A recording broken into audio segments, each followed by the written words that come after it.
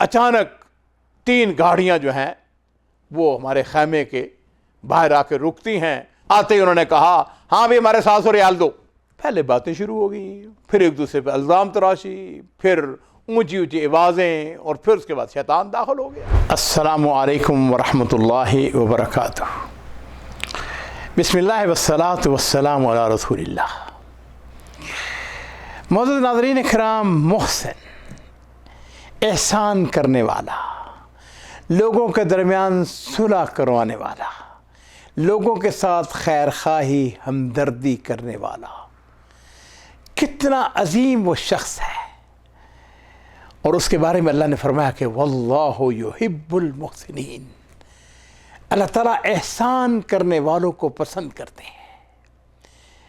ایک محسن کا قصہ جو کہتا ہے کہ اگر اللہ تعالیٰ کا فضل و کرم نہ ہوتا, اس کا لطف نہ ہوتا, اس کی مہربانی نہ ہوتی, اور میں وہاں پر نہ ہوتا تو ایک قتل ہو جاتا. ریاض کا رہنے والا ابو عبدالعزیز بڑا مخیر آدمی, اللہ تعالیٰ نے اس کو خوب دے رکھا تھا. اس نے اپنے بڑے سے گھر کے سامنے خیمہ لگا رکھا تھا, جس میں وہ لوگوں کو کھجوریں, قہوہ, چائے پیش کرتا.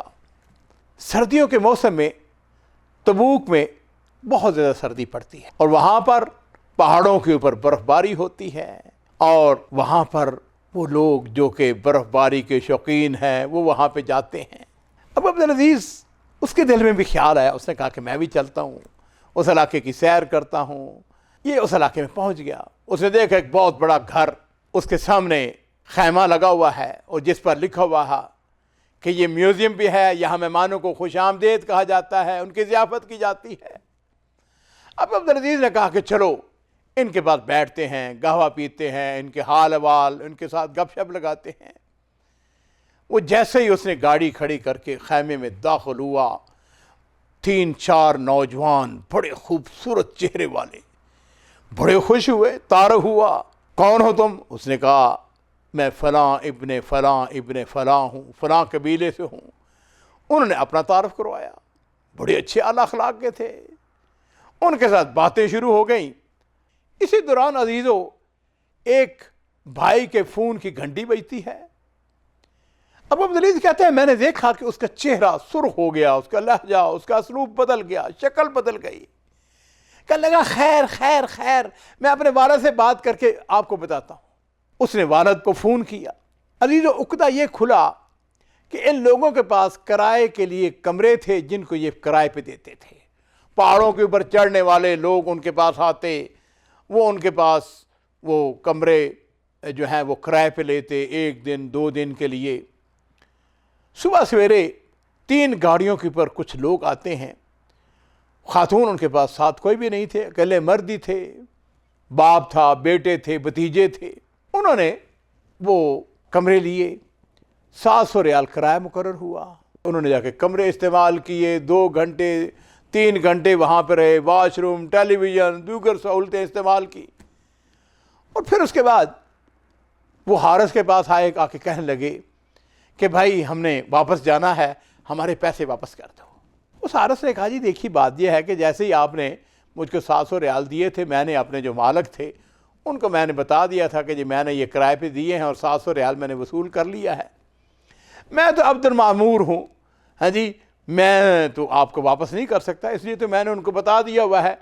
اگر میں آپ کو 700 ریال واپس کرتا ہوں تو ہو سکتا ہے وہ موافقت نہ کریں, تو میں تو نہیں دے سکتا, اس لیے کہ آپ نے 2 گھنٹے 3 گھنٹے آپ نے وہ کمرے استعمال کیے ہیں. انہوں نے کہا نہیں, وہ ناراض ہونا شروع ہو گیا. اس نے کہا دیکھو بات سنو, میں تو ایک چھوٹا سا ملازم ہوں, ایسا کریں کہ فلاں جگہ ان کا گھر ہے, ان کے سامنے ان کا بڑا سا خیمہ ہے, آپ وہاں پہ چلے جائیں, ان سے مطالبہ کریں, اگر وہ دے دیں مجھے کیا اعتراض ہے. عزیزان محترم, اس دوران جو بڑا بھائی تھا اس نے اپنے والد کو فون کیا, تو والد نے کہا کہ خبردار, پیسے ہرگز واپس نہیں کرنے ہیں, انہوں نے 2 گھنٹے ہمارے کمرے استعمال کیے ہیں. وہ کہتے ہیں ابو عبدالعزیز کہتا ہے کہ ابھی ہم میں ٹیلی فون پہ گفتگو ہو رہی ہے ادھر سے ادھر سے, اچانک 3 گاڑیاں جو ہیں وہ ہمارے خیمے کے باہر آ کے رکتی ہیں, اور ان میں سے باپ, اس کے بیٹے, اس کے بھتیجے وہ اندر داخل ہو گئے. آتے ہی انہوں نے کہا ہاں بھی ہمارے 700 ریال دو. پہلے باتیں شروع ہو گئی, پھر ایک دوسرے پہ الزام تراشی, پھر اونچی اونچی آوازیں, اور پھر اس کے بعد شیطان داخل ہو گیا. اور پھر ابو عبدالعزیز کہتا ہے کہ میں نے دیکھا وہ بوڑھا جو ہے وہ غصے میں آ گیا. پہلے وہ بیٹھا ہوا تھا, وہ کھڑا ہو گیا. جب وہ کھڑا ہوا تو اس کے جو بیٹے تھے, بھتیجے تھے, وہ بھی کھڑے ہو گئے. ادھر سے وہ نوجوان وہ بھی کھڑے ہو گئے. گالیوں کا تبادلہ شروع ہو گیا. بوڑھا غصے میں آ کر کہہ رہا اللہ تعالیٰ تمہیں اس مبلغ میں برکت نہ دے وغیرہ وغیرہ. ابو عبدالعزیز کہتا ہے کہ میں ان کی باتیں سن رہا تھا.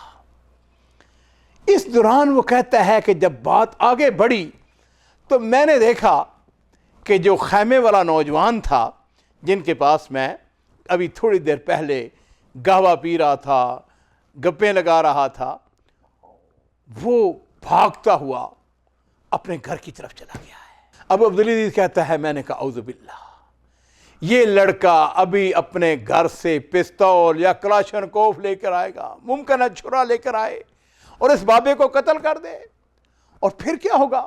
پھر تو کارسا ہو جائے گا, مقدمہ بازی, جیل, سجن, اور پھر پھانسی کی سزا. اور یہ سب کچھ کیا ہے؟ 700 ریال کے لیے. وہ کہتا ہے کہ میں اپنی گاڑی میں گیا, میں نے وہاں سے گاڑی سے 700 ریال نکالے, میں اس بوڑھے کو ایک طرف لے گیا. میں نے کہا یا صلی علی النبی. عربوں کی ایک اچھی عادت ہے کہ اگر وہ کوئی غصے میں ہونا, اسے کہتا ہے کہ نبی علیہ الصلوۃ والسلام کے اوپر درود شریف پڑھو, اور درود شریف کی برکت سے آدمی کا غصہ جو ٹھنڈا ہو جاتا ہے. میں نے اسے 700 ریال دیتے ہوئے کہا کہ دیکھیے یہ آپ کی مہربانی, ہم سے معاف کر دیں, ہم سے غلطی ہو گئی ہے, یہ 700 ریال واپس لے لیں, یہ کمرے آپ کے ہیں, جب جی چاہیں آئیں, یہ علاقہ آپ کا ہے.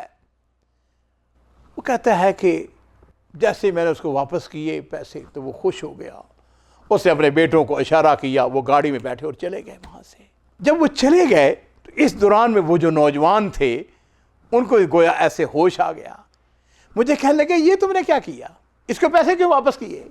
ابو عبدالعزیز کہتا ہے کہ میں نے ان سے کہا کہ مجھ کو ایک بات بتاؤ کہ کیا میں اس بات کا انتظار کرتا کہ تم میں سے کوئی شخص اس کو قتل کر دیتا, وہ تمہیں قتل کر دیتے ہیں جی, اور پھر جو کچھ ہوتا اس کا تم اندازہ کر سکتے ہو. میرے عزیزو, اب ان کی نگاہیں جو تھی وہ تشکر بھری نظروں سے مجھے دیکھنے لگی. انہوں نے اپنے والد کو فون کیا. میں ابھی بیٹھا ہی تھا وہاں پر کہ میں نے دیکھا کہ ایک نوجوان, اس کے ہاتھ میں بکرے کا سر تھا جس سے خون ٹپک رہا تھا. انہوں نے کیا کیا؟ اس کے والد نے مجھے پیغام بھجوایا اور مجھ کو قسم دی کہ تم نے کھانا کھا کے جانا ہے, یہ دیکھو ہم نے تمہارے اعزاز میں بکرا ذبح کیا ہے. عزیزو کیوں؟ اس لیے کہ ابو عبدالعزیز ان کے لیے رحمت کا فرشتہ بن کے آیا. اگر یہ وہاں پر نہ ہوتا تو کیا ہوتا؟ لڑائی آگے بڑھ جاتی, کوئی قتل ہو جاتا, ادھر سے بھی ہو سکتا, ادھر بھی ہو جاتا, نہ بھی ادھر سے ایک طرف بھی ہوتا, ایک نہ ایک آدمی قتل ہو جاتا, اور پھر اس کے بعد مقدمہ بازی, پھر اس کے بعد جیل. وہ کہتا ہے کہ میں نے کہا ٹھیک ہے کوئی بات نہیں ہے. میں وہاں پہ بیٹھ گیا اور انہوں نے 700 ریال کی بجائے وہ بکرا جو تھا نا اس کی قیمت کم و بیش 1000 ریال کی تھی.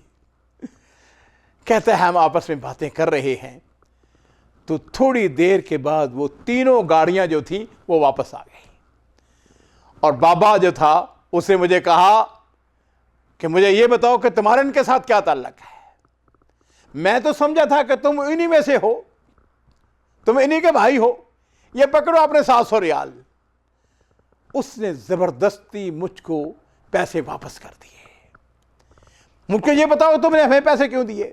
تو میں نے کہا اللہ آپ کا بھلا کرے, کیا میں کسی ایک آدمی کو اپنی آنکھوں کے سامنے قتل ہوتا دیکھتا؟ میں نے کہا کہ میں قاتل اور مقتول کو نہیں دیکھ سکتا تھا. اب جو بابا ہے اس کی کیا کہنا چاہیے, غصہ جو ہے وہ نیچے ہو گیا.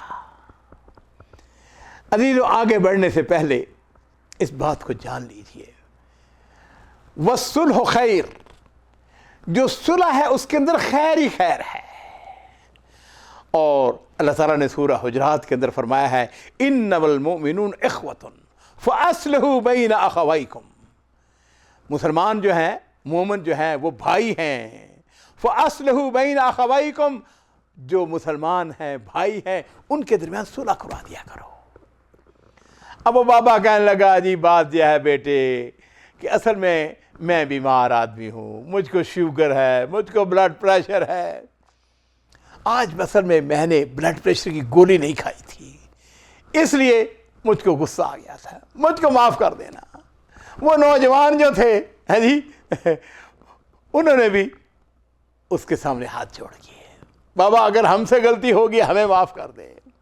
اور وہ کہتا ہے تھوڑی دیر کے بعد وہی ماحول جو ہے وہ آپس میں گپ شپ لگا رہے ہیں جی، آپس میں صلح ہو گئی، اور دونوں فریقین جو ہیں وہ تھوڑی دیر کے بعد کھانا تیار ہو گیا جاتا ہے، اور ہم نے ایک ہی بڑے صحن کے اوپر ہم نے کھانا کھایا۔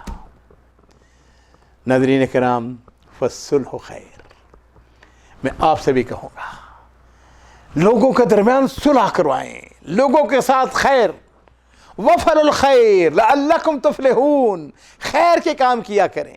اگر کہیں آپ کے سامنے لڑائی ہو، جھگڑا ہو، اس کے اوپر پانی ڈالیں، اس کے ساتھ ہمدردی کریں۔